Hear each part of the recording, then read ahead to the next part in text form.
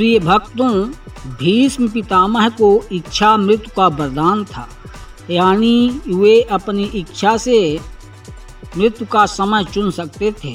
फिर भी वे बाणों की सैया पर 58 दिनों तक पड़े रहे। इसका मुख्य कारण धर्म और समय की प्रतीक्षा था। भीष्म पितामह वेदों और ज्योतिष के ज्ञाता थे।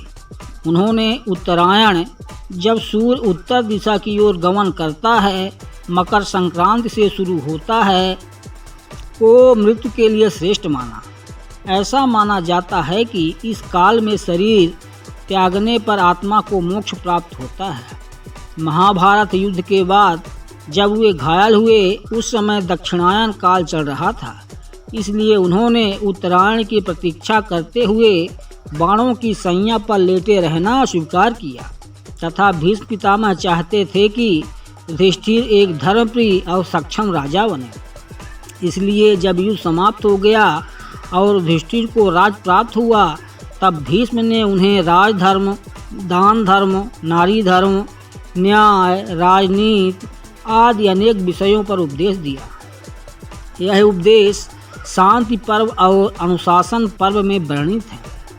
भीष्म यह जानते थे कि उनके जीवन की एक महत्वपूर्ण भूमिका थी कौरव और पांडवों के बीच संतुलन बनाना। जब वह घायल हुए, तब तक उनकी भूमिका समाप्त हो चुकी थी, लेकिन इच्छा मृत्यु के कारण वे तभी प्राण त्याग सकते थे जब वे स्वयं चाहें। उन्होंने अपने जीवन का अंतिम समय भी धर्म और ज्ञान के प्रचार में लगाया। भगवान श्री कृष्ण ने भी भीष्म से आग्रह किया कि वे युधिष्ठिर को धर्म का ज्ञान दें, जिससे भविष्य में पांडवों का राज स्थिर और न्यायपूर्ण हो। यह भी एक कारण था कि उन्होंने देह त्याग में विलंब किया। भीष्म पितामह की बाणों की सैया पर लंबे समय तक रहने का कारण केवल शारीरिक पीड़ा नहीं थी, बल्कि गहन धार्मिक, ज्योतिषी और नैतिक कारण थे। वे उत्तरायण का इंतजार कर रहे थे और युधिष्ठिर को धर्म का गूढ़ ज्ञान दे रहे थे।